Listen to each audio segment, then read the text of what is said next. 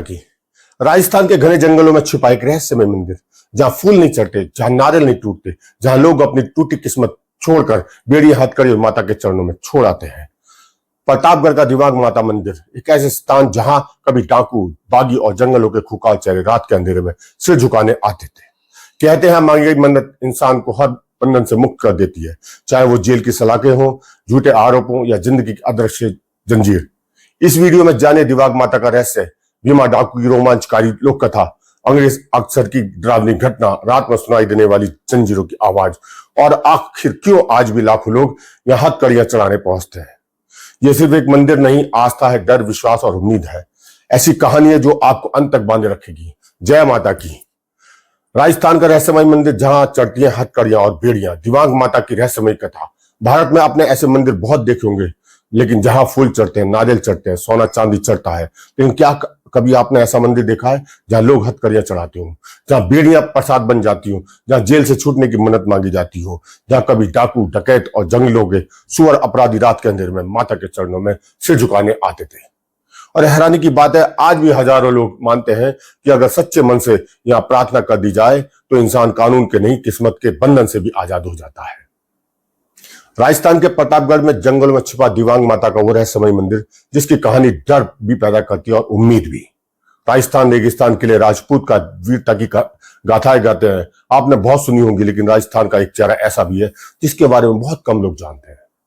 घने जंगल, बीहड़ रास्ते और वो इलाके जहां कभी डाकुओं का राज हुआ करता था।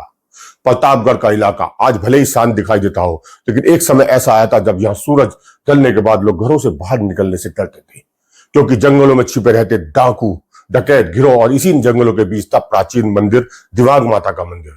कहते हैं जो भी अपराधी पुलिस से बच निकलता था वो रात में यहाँ आता था, घंटियां बजाता था, माता के सामने अपनी हथकड़ियां रख देता था, और धीरे धीरे बातें पूरी इलाके में फैल गई कि इस मंदिर में बंधन काटने वाली शक्ति मौजूद है। स्थानीय बुजुर्गों के अनुसार सैकड़ों साल पहले प्रतापगढ़ और आसपास के गांव में कुछ साहूकारों का आतंक हुआ करता था। गरीब किसान छोटा ब्याज देकर पूरी जिंदगी कर्ज में डूब जाते थे। एक बैल के बदले खेत छिन जाते थे, एक मुट्ठी अनाज के बदले बेड़ियों के गहने बिक जाया करते थे। गरीब रोते थे, लेकिन सुनने वाला कोई नहीं था। तभी इस जंगल में एक नाम गूंजा, भीमा डाकू का। कहा जाता है भीमा कोई साधारण डाकू नहीं था। लंबा कद, घनी मूंछें, कंधे पर बंदूक और आंखों में आग, लेकिन गरीबों के लिए वही आदमी भगवान का दूत था, क्योंकि वो अमीर साहूकारों को लूटता था और गरीबों में अनाज बांट देता था।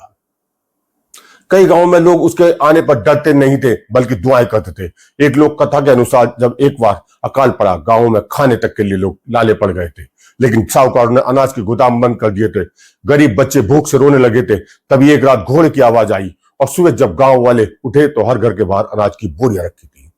लोग समझ गए कि भीमा आया था, लेकिन भीमा डाकू की सबसे बड़ी ताकत उसकी बंदूक नहीं थी, बल्कि उसका विश्वास था। दिवांग भारत में एक ऐसा मंदिर है जहां भगवान को रोज हथकड़ी लगाई जाती है। जी हाँ, मैं बात कर रहा हूं राजस्थान के प्रतापगढ़ जिले की अरावली पहाड़ियों में स्थित दिवांग माता के मंदिर की। हैरानी की बात यह है कि इस मंदिर के आंगन में एक विशाल त्रिशूल गड़ा हुआ है, जिस पर सैकड़ों पुरानी हथकड़ियां और बेड़ियां लटकी हुई दिखाई देती हैं। यहाँ भक्त माता को सुहाग के सामान के साथ हथकड़ियां भी चढ़ाते हैं। इसके पीछे एक पुरानी जनश्रुति बताई जाती है, लेकिन इस परंपरा की सबसे मशहूर कहानी एक कुख्यात डाकू पृथ्वी राणा से जुड़ी है। कहा जाता है कि एक बार पुलिस ने उसे पकड़कर जेल में डाल दिया। तब उसने माता से प्रार्थना की कि अगर वह इस बंधन से मुक्त हो गया तो अपनी हथकड़ियां माता के चरणों में अर्पित करेगा। जनश्रुति के अनुसार कुछ समय बाद वह जेल से निकल भागा और सीधे दिवांग माता के मंदिर पहुंचा। वहां उसने अपनी हथकड़ियां त्रिशूल पर चढ़ा दी। तभी से यहाँ यह परंपरा शुरू हो गई। आज भी लोग मानते हैं कि दिवांग माता हर बंधन से मुक्ति दिलाती है, इसलिए भक्त यहाँ हथकड़ियां और बेड़ियां चढ़ाते हैं। श्रद्धा हो या परंपरा, यह मंदिर आज भी लोगों के लिए एक अनोखा रहस्य बना हुआ है। क्या आपने इस मंदिर के बारे में पहले सुना था? कमेंट में जरूर बताना।